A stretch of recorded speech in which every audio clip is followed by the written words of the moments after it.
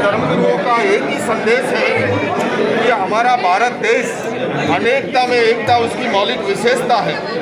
बहुलतावादी संस्कृति हमारे देश की खूबी है। सर्वधर्म सद्भाव जिसका मूल मंत्र है, आज उसके संरक्षण और संवर्धन का हम सबका दायित्व है। मौजूदा समय में समाज में जो हालात बनते जा रहे हैं, क्योंकि धर्मगुरुओं का सभी का एक ही कहना था कि धर्म जोड़ना सिखाता है, तोड़ना नहीं सिखाता।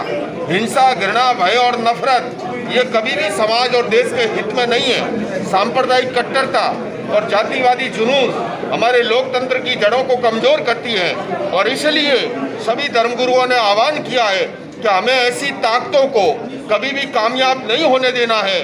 और जिस तरह से हमारा देश आगे बढ़ रहा है, ऐसे के अंदर विदेशी ताकतें भी जो हैं वो सक्रिय हैं। चाहे विदेशी ताकत हो, चाहे देश की ताकत हो, जो भी तोड़ने वाली ताकत है उसको कभी भी कामयाब नहीं होने देना है।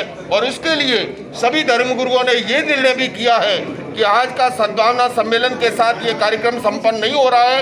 हम इस सद्भावना के संदेश को लेकर के देश के अलग अलग कोनों में जाएंगे, सभी राज्यों में जाएंगे और देशवासियों को और समाज को जोड़ेंगे।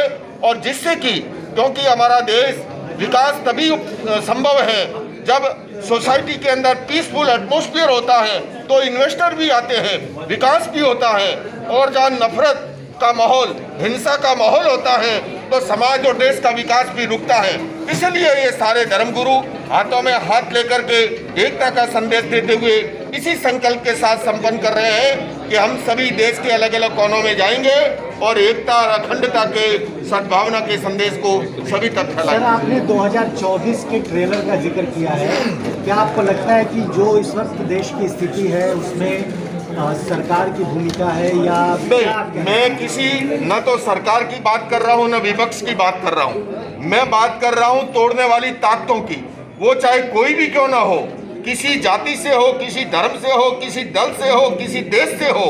मेरा एक ही कहना है हम सबका कि हम तोड़ने वाली ताकतों को कामयाब नहीं होने देंगे, बांटने वाली ताकतों को कामयाब नहीं होने देंगे। हम जोड़ने वाली ताकतों को एक साथ जोड़ेंगे।